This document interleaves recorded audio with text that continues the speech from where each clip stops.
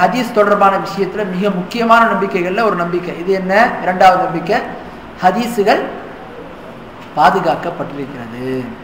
நீங்க சில பேர் என்ன பண்ணுவாங்க, குர்ஆனும் வஹீதான் ஹதீஸும் வஹீதான், ஆனா குர்ஆனு ஹதீஸு அப்படின்னு வரும்போது நம்ம குர்ஆனுக்கு தான் முக்கியத்துவம் கொடுக்கணும், ஹதீஸுக்கெல்லாம் கொடுக்கக்கூடாதுன்னு வாங்க. எதுக்காக வேண்டி?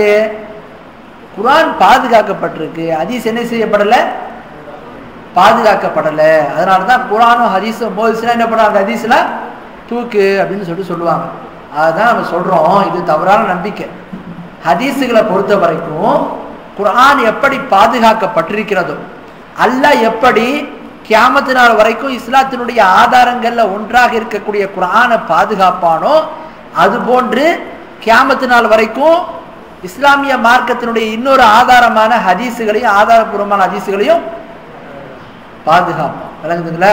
சரி, இது சம்பந்தமா நம்ம என்னென்ன ஆதாரங்கள் இருக்கு அப்படின்றத பத்தி பார்க்கும்போது, எந்த அல்லாஹ் குர்ஆன்ல குர்ஆனையே பாதுகாக்கிறதா உத்தரவாதம் கொடுத்தானோ, அதே அல்லாஹ் தான் அதே குர்ஆன்ல ஹதீஸுகளையும் பாதுகாப்பேன்னு சொல்லி என்ன செய்யறான், உத்தரவாதம் கொடுக்கிறான். விளங்குதுங்களா? இது நான் புதுசா இருக்குது அப்படின்ற மாதிரி உங்களுக்கு தோறணும்.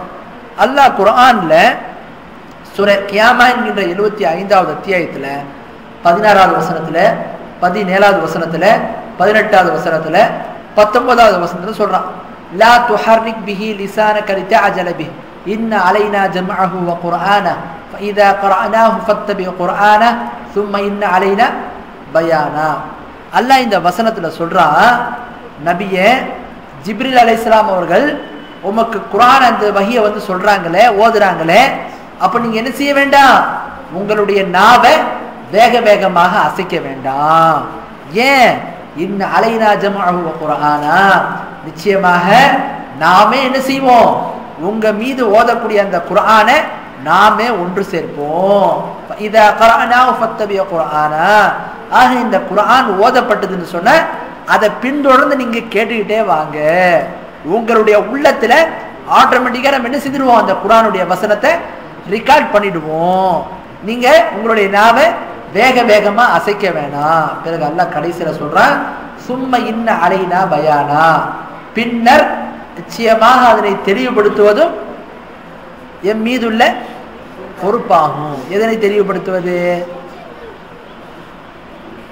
எதனை தெளிவுபடுத்துவது நம் மீது உள்ள பொறுப்பாகும்?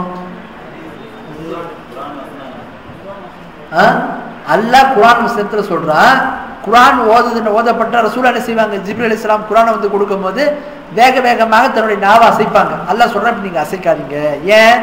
உங்களுடைய உள்ளத்துல அதை ரெக்கார்ட் பண்றது நம்மளுடைய வேலை, நம்ம அதை ரெக்கார்ட் பண்ணிடுவோம். அது மட்டும் கிடையாது, பின்னர் அதனை தெளிவுபடுத்துவது. எதனை தெளிவுபடுத்துவது? குர்ஆனை தெளிவுபடுத்துவதோ நம் மீது உள்ள பொறுப்பு. குர்ஆனை எப்படி தெளிவுபடுத்துறது, குர்ஆனை எப்படி தெளிவுபடுத்துவது? நம்ம ஏற்கனவே பார்த்தோம். அல்லாஹ் குர்ஆனை சொல்றான், நம்ம இந்த குர்ஆனை மீது இறக்கி இருக்கோம், இது நீங்க என்ன செய்யணும், மக்கள்கிட்ட தெளிவுபடுத்தணும். தெளிவு இரண்டு வகையான தெளிவு இருக்கிறது. ஒரு தெளிவு என்ன, அல்லாஹ் என்ன சொல்றானோ அந்த மக்கள்கிட்ட போய் அப்படியே மறைக்காம சொல்றது. இன்னொரு வகையான தெளிவு என்ன,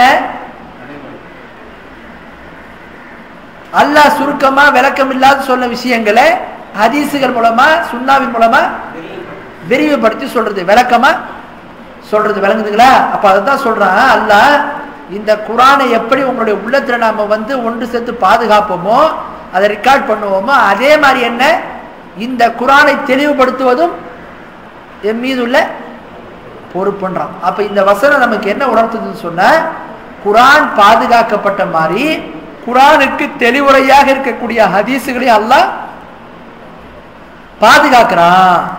ஒரு மனிதன் இப்படி நம்புறான், இல்ல குர்ஆன் தான் பாதுகாக்கப்பட்டிருக்கு, ஹதீஸுகள் பாதுகாக்கப்படுறனா, அப்ப என்ன ஆச்சு, குர்ஆனுக்கு தெளிவு என்பது இல்லைன்னு ஆகி போச்சு.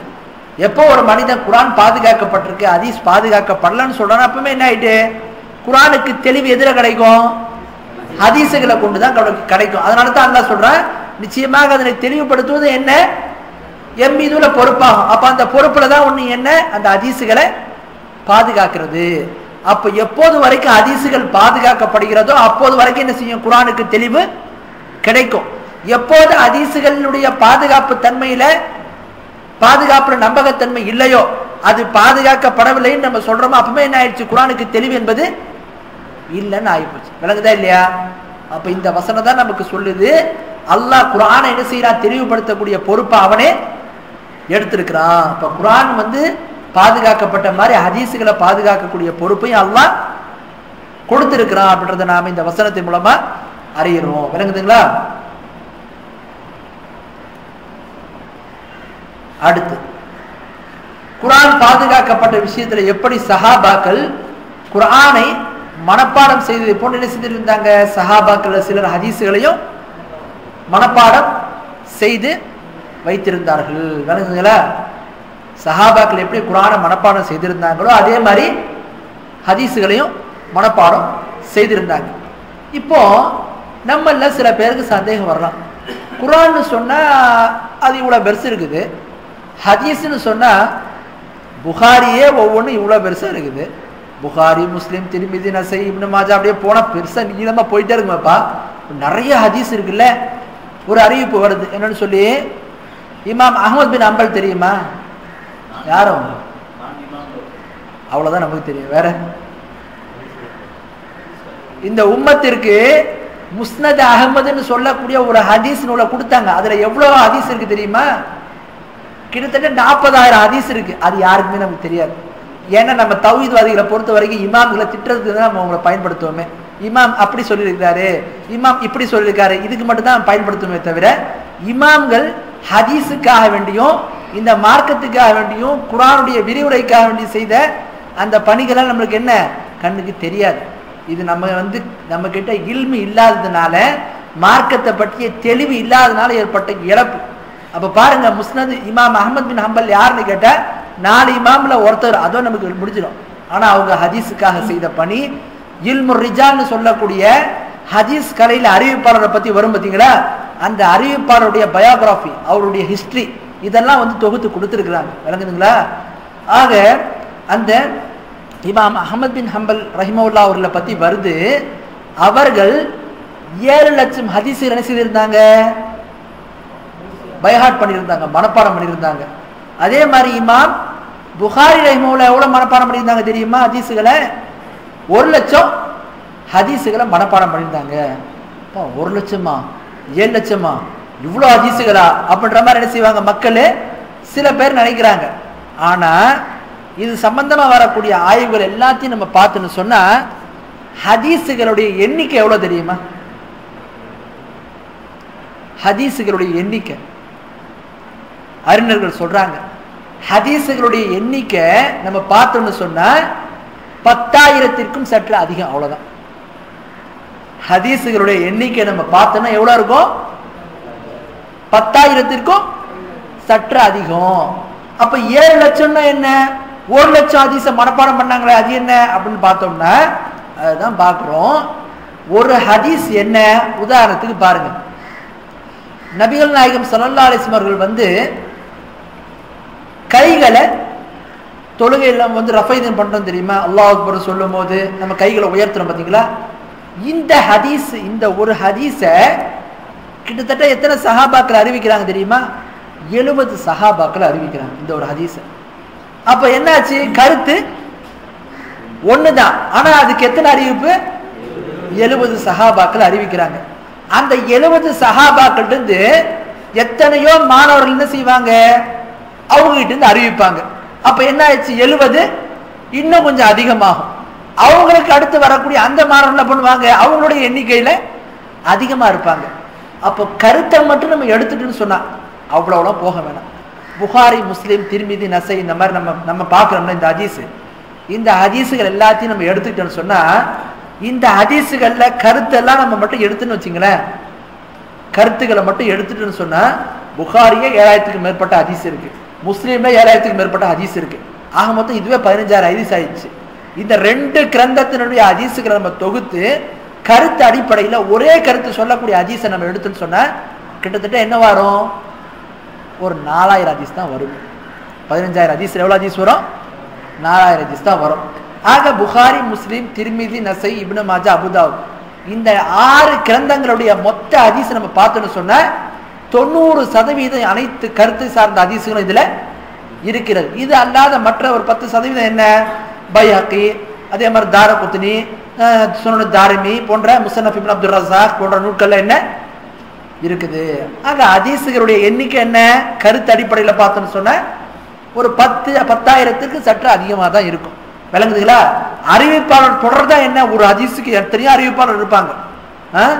அப்ப நம்ம நல்லா விளங்கிக்கணும், ஹதீஸை மனப்பாடம் பண்றது என்ன, அது எப்படி மனப்பாடம் பண்ணுவாங்க, அவ்வளோ இருக்கு இவ்வளோ இருக்கு, நம்ம என்ன செய்ய வேண்டியதில்லை, நம்மளா ஒரு கணக்கை போட்டிக்க வேண்டியதில்லை. இதுதான் கணக்கு, ஹதீஸுக்குள்ள கணக்கு. விளங்குங்களா? ஆக இந்த அளவுக்குள்ள எண்ணிக்கையினுடைய ஹதீஸுகளை சஹாபாக்கள் என்ன செய்திருந்தாங்க, பல பேருக்கு அவங்களுடைய எண்ணிக்கை ஏற்ற மாதிரி என்ன செய்திருந்தாங்க, ஹதீஸுகளை அறிந்து வைத்திருந்தாங்க. அபூ ரலியல்லாஹு அன்ஹு 5000க்கும் மேற்பட்ட ஹதீஸ் என்ன செய்திருந்தாங்க, மனப்பாடம் செய்து வைத்திருந்தாங்க. அது மாதிரி சஹாபாக்கள் பல பேர் என்ன செய்திருக்காங்க, ஹதீஸுகளை மனப்பாடம் செய்து வைத்திருந்தோம், ஹதீஸுகளை பாதுகாத்தாங்க. அதே மாதிரி பாருங்க, எப்படி சஹாபாக்கள் குர்ஆனை மனப்பாடம் செய்தாங்களோ அதே மாதிரி சஹாபாக்கள் சில ஹதீஸை மனப்பாடம் செய்திருந்தாங்க. எப்படி சஹாபாக்கள் குர்ஆனை எழுதி பாதுகாத்தார்களோ அது போன்று ஹதீஸுகளை என்ன பண்ணாங்க, சஹாபாக்கள் சிலர் எழுதி வைத்திருந்தாங்க. இது நம்ம பார்க்கிறோம். புகாரில 113 நம்பர் ஹதீஸ். அந்த ஹதீஸ்ல வருது, நபிகள் நாயகம் ஸல்லல்லாஹு அலைஹி வஸல்லம் தோழர்களிலேயே என்னை விட அதிகமாக ஹதீஸுகளை அறிவிக்கவில்லை அப்துல்லா பின் அமர் அவர்களை தவிர. யார் சொல்றா இது? அபூ ஹுரைரா ரலியல்லாஹு அன்ஹு சொல்றாங்க. அப்துல்லா பின் அமர்ன்ற சஹாபி தான் என்ன அதிகமான ஹதீஸை இந்த மாதிரி அறிவிக்கிறாங்க. அவங்க என்ன பண்ணுவாங்க, ஹதீஸுகளை எழுதி கொள்வார்கள். அபூ ஹுரைராவாகிய நான் என்ன செய்வேன், ஹதீஸுகளை மனப்பாடம் செய்து கொள்வேன். அப்ப இந்த ஹதீஸ் நமக்கு என்ன விளங்குது, சஹாபாக்கள் ஹதீஸுகளை எழுதி வைத்தும் பாதுகாத்திருக்கிறாங்க. அதே மாதிரி பாருங்க, புகாரில 111 நம்பர் ஹதீஸ். அந்த ஹதீஸ்ல அலி ரலியல்லாஹு அன்ஹு ஒரு ஏடு இருந்தது. அந்த ஏட்டிலே நஷ்டஈடுகள், சிறை கைதிகளை விடுவிப்பது, காஃபிர் கொலை செய்யப்பட்டதற்காக முஸ்லிம் கொல்லப்படக்கூடாது என்பன போன்ற சட்டங்களை தெரியப்படுத்தக்கூடிய ஹதீஸுகளை அலி ரலியல்லாஹு அன்ஹு அவர்கள் எழுதி வைத்திருந்தார்கள். அதே மாதிரி பாருங்க, முஸ்லிம்ல வரக்கூடிய ஹதீஸ், ஜாபிர் ரலியல்லாஹு அன்ஹு அவர்கள் நபிகள் நாயகம் ஸல்லல்லாஹு அலைஹி வஸல்லம் ஹஜ் செய்த முறை மற்றும் ஹஜ்ஜத்துல் விதா ஒரு நீண்ட ஒரு உபதேசம் பண்ணாங்க பார்த்தீங்களா, அது என்ன செய்து வச்சிருந்தாங்க, எழுதி வச்சிருந்தாங்க. அதே மாதிரி புகாரியில 2434 நம்பர் ஹதீஸ். அந்த ஹதீஸ்ல யமன் நாட்டில இருந்து அபூஷா என்கிற ஒரு சஹாபி வராங்க. அவங்க வந்த உடனே நபிகள் நாயகம் ஸல்லல்லாஹு அலைஹி வஸல்லம் மக்கா வெற்றிக்கு பிறகு ஒரு பயான் செய்யறாங்க, ஒரு உரையாற்றுறாங்க. அப்போ இந்த அபூஷா என்ற சஹாபி என்ன சொல்றாங்க, ரசூலுல்லாஹ்விடத்துல அல்லாஹ்வுடைய தூதரே நீங்க என்ன விஷயத்தை சொல்றீங்களோ அதை நீங்க எனக்கு எழுதி தாருங்க அப்படின்னு சொல்லி கேட்கிறாங்க. அப்ப நபிகள் நாயகம் ஸல்லல்லாஹு அலைஹி வஸல்லம் மக்கா வெற்றிக்கு பிறகு ஆற்றிய உரையை எழுதி தரும்படி அவங்க நபிகள் நாயகம் ஸல்லல்லாஹு அலைஹி வஸல்லம் கேட்டாங்க. நபிகள் நாயகம் ஸல்லல்லாஹு அலைஹி வஸல்லம் அவருக்காக சஹாபாக்களுக்கு எழுதி கொடுங்கன்னு கட்டளையிட்டாங்க. விளங்குதா? அப்போ சஹாபாக்கள் ஹதீஸுகளை என்ன செய்திருக்கிறாங்க, எழுதி வச்சிருக்கிறாங்க. விளங்குதுங்களா? ஆக ஹதீஸுகள் எப்படி குர்ஆன் எழுதி பாதுகாக்கப்பட்டிருக்கிறதோ அதே போன்று ஹதீஸுகளும் எழுதி பாதுகாக்கப்பட்டிருக்கிறது அப்படின்றத நம்ம பார்க்கணும்.